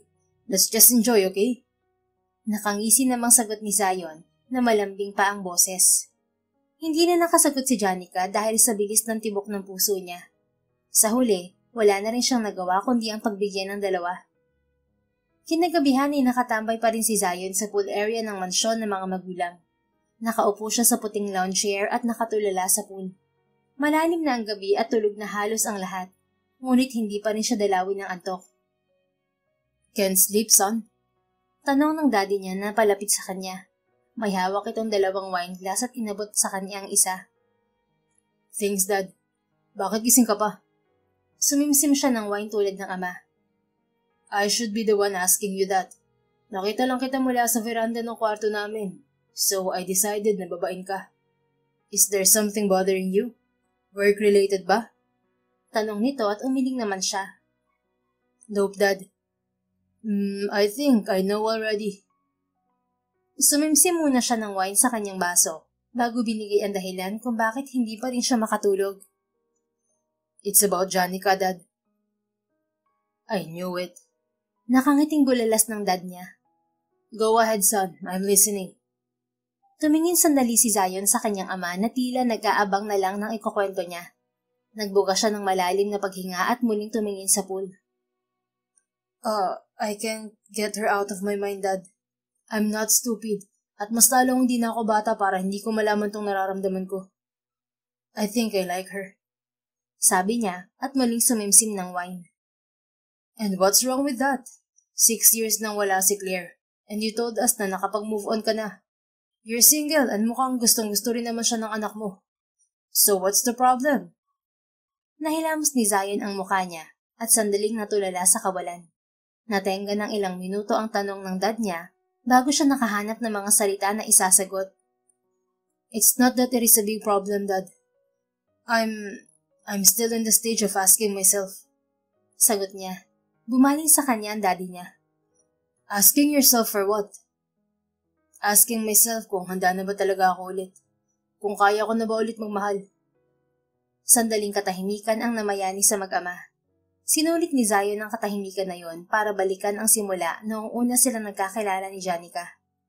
Aaminin niya sa sarili niya na noong sandaling yon, nabighani na siya sa ganda nito. Mukha itong isang inosenteng anghel na bumaba sa lupa noong gabing makita niya ito. Yun nga lang, napalitan ng dismaya at konting inis yun dahil sa nabukulan siya nito. Pero totoo na deep inside of him ay naaaliw siya rito. Naging abala rin siya sa sunod-sunod na project ng kumpanya nila, kaya medyo nalihis ang atensyon niya kay Janica. Ngunit ng gabing inuwi nito si Azel nang mawala ito at pagsalitaan siya nito, tila roon na nagsimula ang lahat na mas nahulog siya sa yaya ng kanyang anak. Hindi niya itatanggi na bumalik ang paghanga niya kay Janica simula nun. Hindi na lang ang ganda nito ang hinangaan niya, kundi ang halos lahat na rito. Mabait ito. Nakita niya kung paano nito alagaan at mahalin ang anak niya. At araw-araw ay tila mas lumalalim pa ang paghanga na kanyang nararamdaman sa dalaga.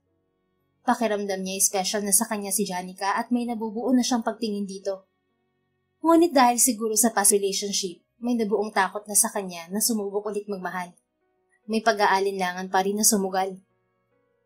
After what happened to Claire, parang pakiramdam ko hindi na ako makakahanap ulit ng tulad niya, Dad. Akala ko mabubuhay na akong kami na lang ni Azel. But she came. Janica came into our lives. Sagot niya at inisang tungga ang wine sa basong hawak. She's special to me. To us. And I think I like her.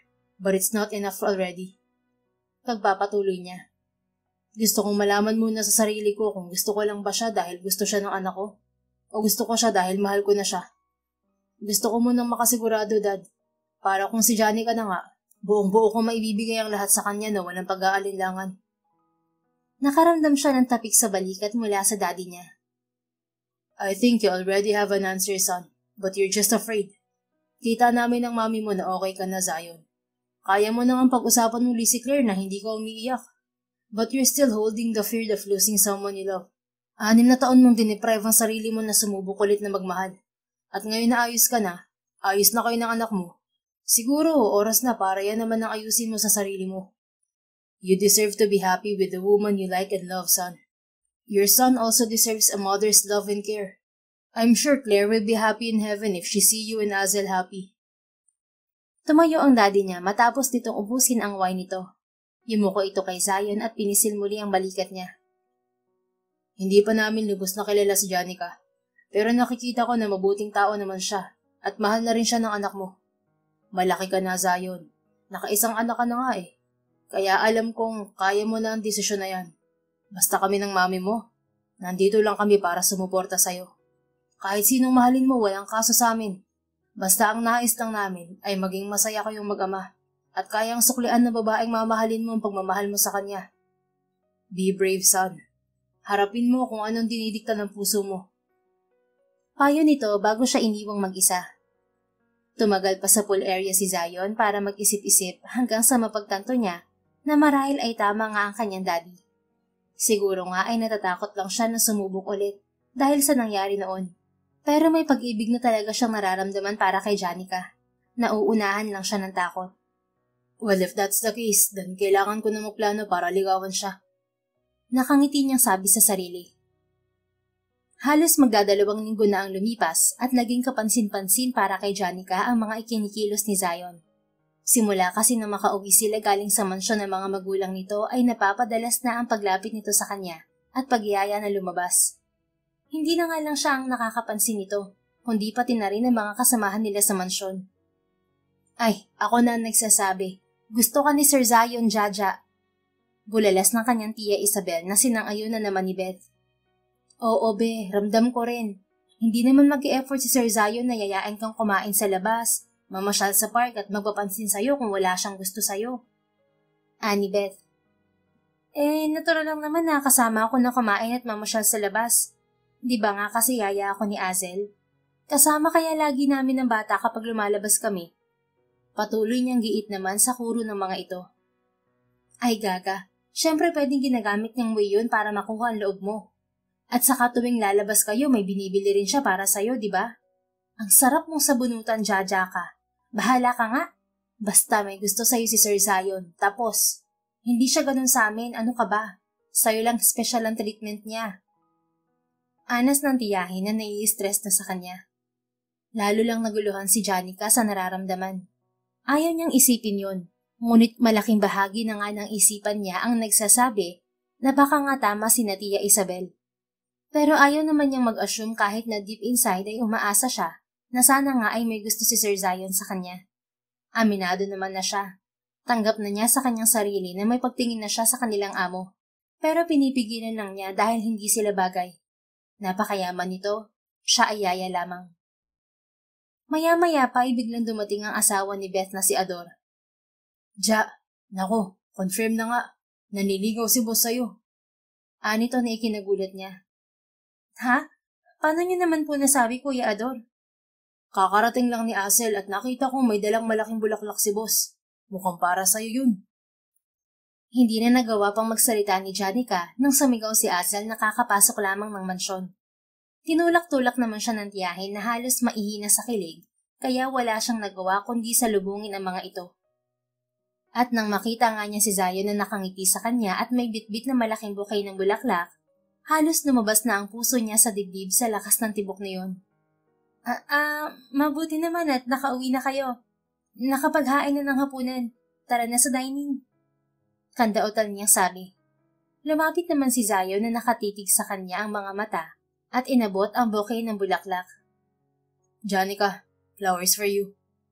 Nakangiting sabi nito pagkaabot ng bulaklak.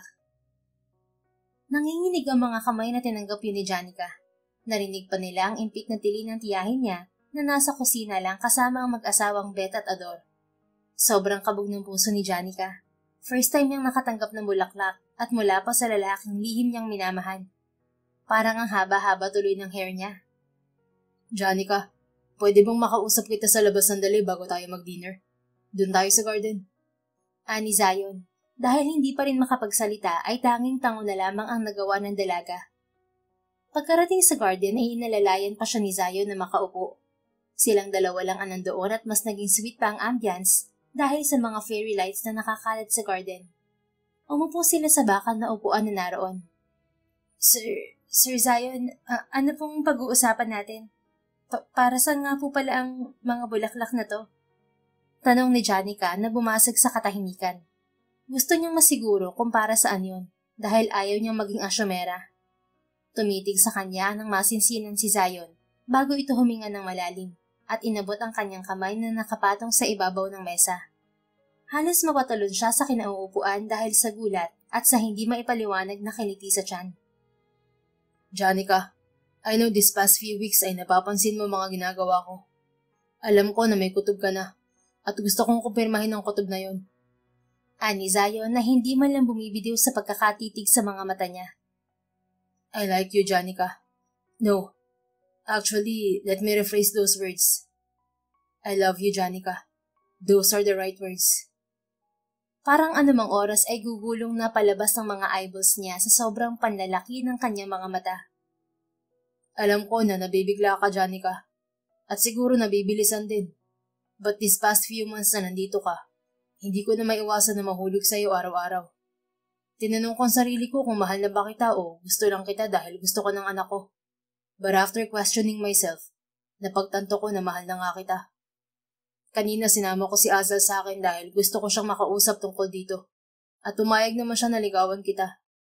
He likes you, and he loves you to be his official mom. Janica, sana'y hayaan mo akong ligawan ka. Sana tanggap mo ko kahit na may anak na ako.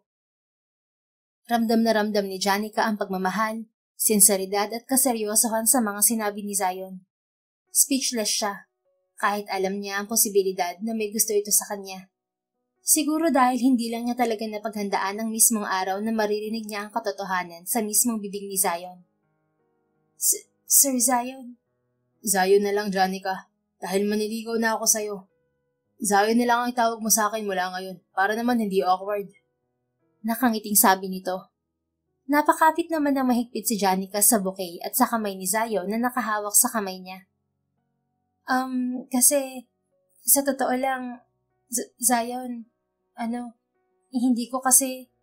hindi na natapos ni Janica ang sasabihin nang dumating si Isabel dala ang cellphone nito at tila may hatid na masamang balita. Pasensya na po sa abala sa inyo, sir. Janica, ang Kuya Jetro mo tumawag. Pumunta raw ang tauhan ni Don Ismael sa bahay niyo at papaalisin na sila bukas kung hindi pa mababayaran ang utang niyo. Balita ng tiyahin niya. Maluha-luha na napatayo si Janica at hindi na nakapagsalita. Bigla na lamang siyang nag-alala sa kalagayan ng kanyang pamilya at ang nagawa na lamang niya ay ang umiyak. Sa mga nakaraang buwan ay nakakapagpadala naman siya at malaki-laki pa nga dahil dalawa na sila ng tiya Isabel niya na nagpapadala para lang mabilis na makapag-ipon ng pambayad. Ngunit hindi talaga yun sapat kahit pa mag-sideline sila ng ibang pagkakakitaan. Dali-dali naman siyang nilapitan ni Zion at niyakap. Tahan na, Janica. Hindi kayo mapapali sa bahay at lupa nyo. Ako nang bahala riyan, okay? Masuyong bulong ni Zion sa kanya. Umiiyak na tumingala kay Zion si Janica. Pinanasan ng lalaki ang mga luha niya at ngumiti ng matamis sa kanya. Do you want to see them? I mean, your family? Ilang buwan ka nang hindi umuwi. Ayaw mo namang mag-day off. Puntahan natin sila bukas na bukas din. Gusto ko rin silang makita at makausap. Ayusin na rin natin ang problema niyo sa lupa. Muli, wala na namang nasabi si Janica. Masyadong umaapaw ang kanyang emosyon na ang tanging nagawa na lamang niya ay yumakap kay Zion at paulit-ulit na nagpapasalamat. Kinabukasan nga ay nagbiyahe sila pauwi sa Nueva Ecija na probinsya ni Janica. Kasama nila si Azel na excited din na makapunta sa probinsya ni Janica. Sa kabila ng problema, paulit-ulit naman siyang pinapaalalahanan ni Zion na wala na siyang dapat pang intindihin at maging masaya na lang sa muling pag-uwi niya. Iginiit din niya na utang ang gagawin nitong pagsambot sa responsibilidad nila sa lupa. Mas mainam ng kay Zion sila magkautang dahil hindi ito nagmamadali na mabayaran. Kaysa naman kay Don Ismael na palagi silang tinatakot at pinagmamadaling makabayad.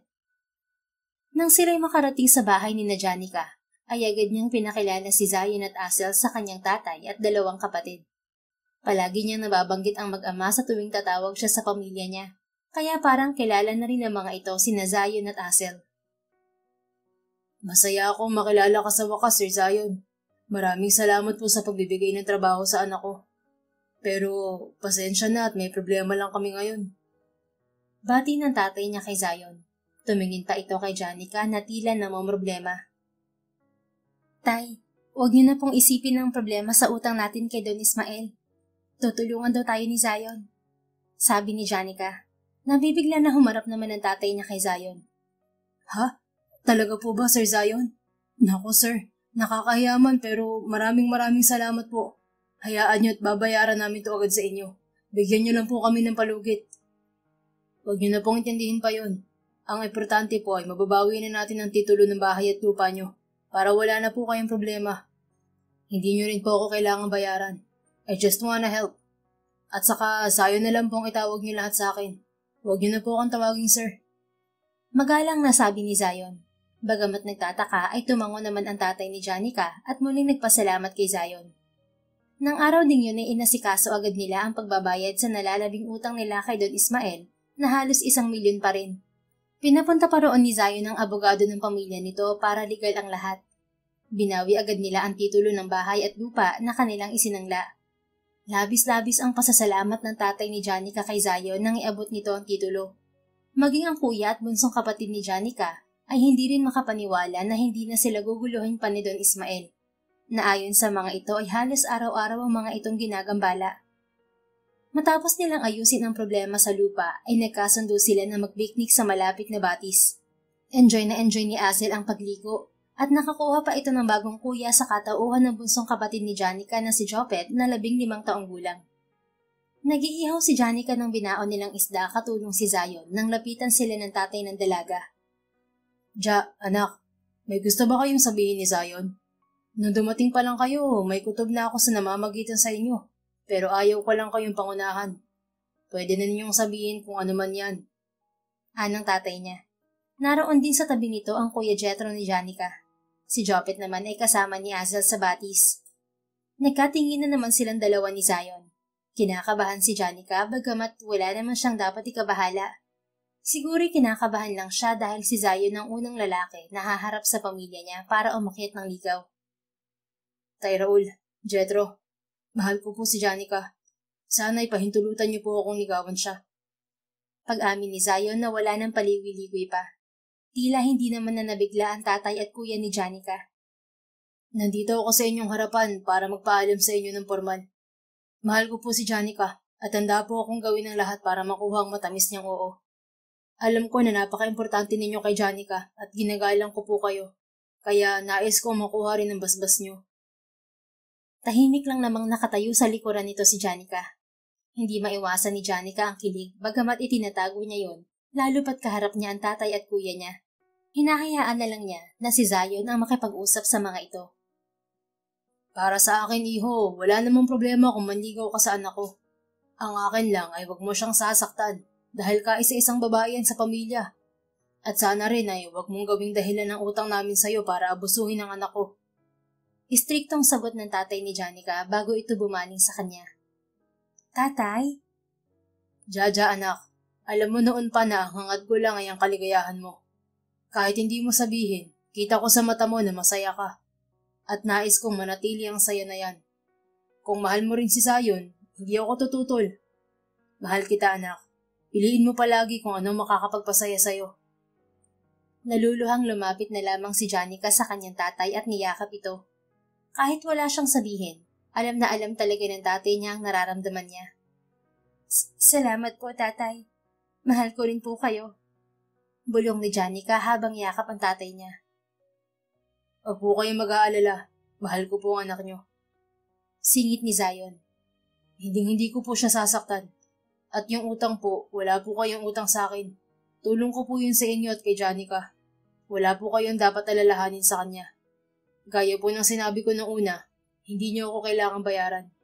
Pero kung nais niyo talaga na magbayad para sa inyong prinsipyo, hindi ko po kayo minamadali. Wala pong amount, walang deadline. Just pay when able. At kay Janica nyo na lang po idaan because someday she will be my wife. Kaya siya rin po ang hahawak ng pera namin. Nakangiting-an ito sa Ginoo sabay kindat sa dalaga. Sa huli ay pumayag din ang matanda sa gusto ni Zion na paraan ng pagbabayad nila dito.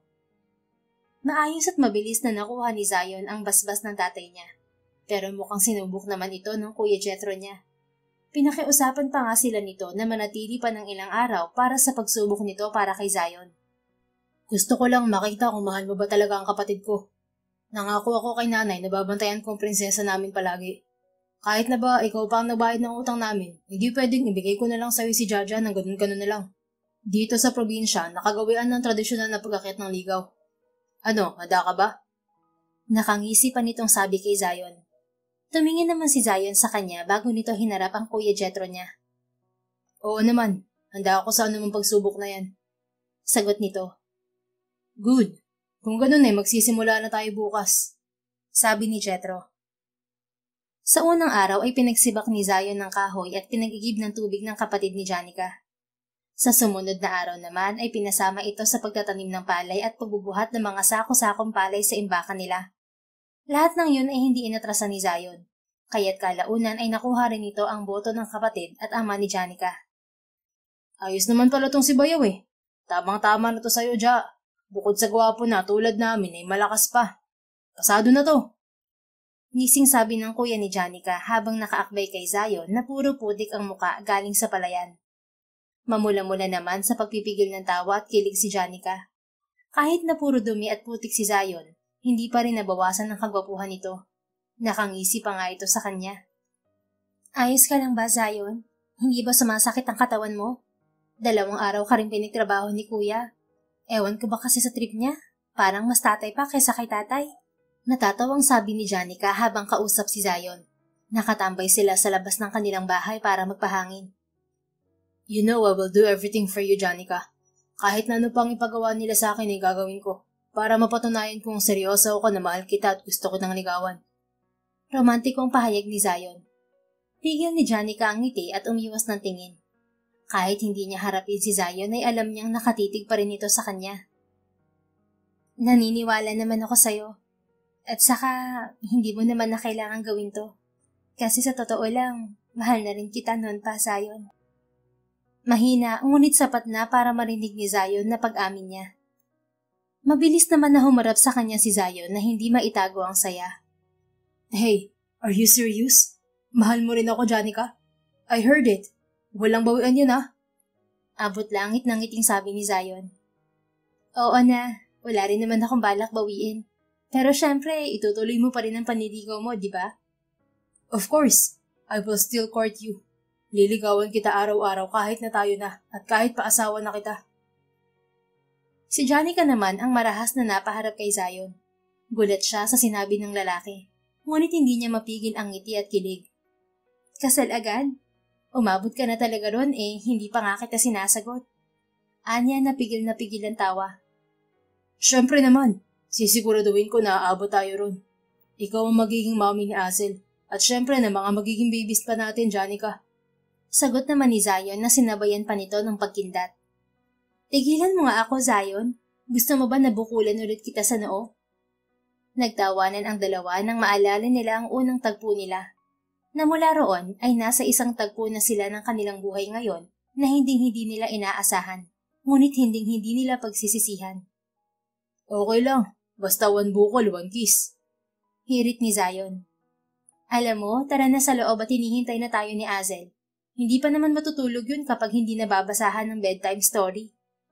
Ani Janica. Lalakad na sana siya nang hilahin siya ni Zion at mabilis na niyakap. Thank you for coming into my life. Into our lives. Hindi lang kami ni Azel ang binuo mo. Pati ako, binuo mo rin. I love you, Janica. Salamat din sa pagtanggap sa akin kahit na byudo ako at kahit na hindi ikaw ang una kong minahal. Pero pangako ko na ikaw na huli. Huwag ka sanang magsawa na mahalin ako. Masuyo at puno ng pagmamahal na bulong ni Zion. Yumakap din pabalik si Janica at ibinaon ang mukha sa dibdib ni Zion. Napapikit siya nang maramdaman ang kaligtasan at seguridad sa mga bisig nito. Ramdam niya ang init ng pagmamahal na ipinaparamdam nito sa kanya. Thank you rin, Zion. Naging bahagi na kayo ni Azel ng buhay ko. At ipinapangako ko na papahalagahan at aalagaan ko kayong dalawa. Mahal din kita. Mahal ko kayo. Maging ako naman ay dapat magpasalamat na tinanggap at minahal mo ko, kahit na magkaibang estado natin sa buhay. At pangako na hindi ako magsasawa na mahalin ka. Makalipas ang isang linggo ay bumalik na sila sa Maynila. Bago pa nga sila umalis ay nag-iwan pa si Zion ng regalo sa tatay ni Janica na isang bagong prosthetic leg na ipinagawa pa nito sa Japan.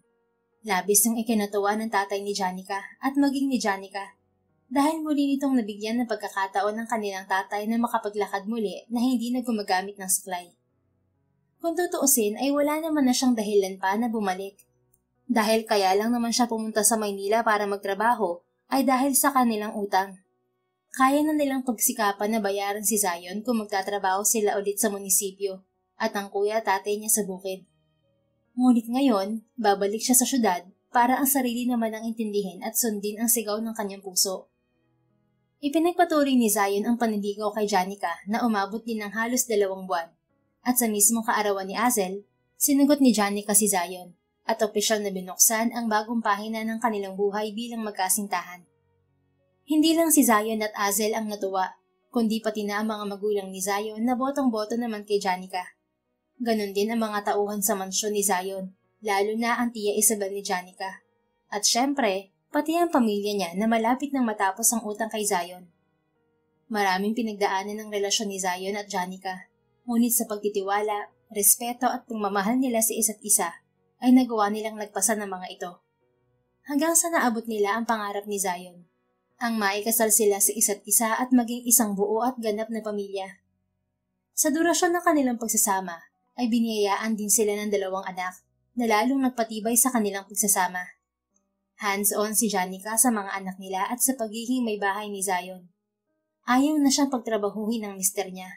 Pero minsan ay pinapayagan naman siyang tumulong dito kapag day off ng sekretary ni Zion. Bonding na rin nila yung mag-asawa.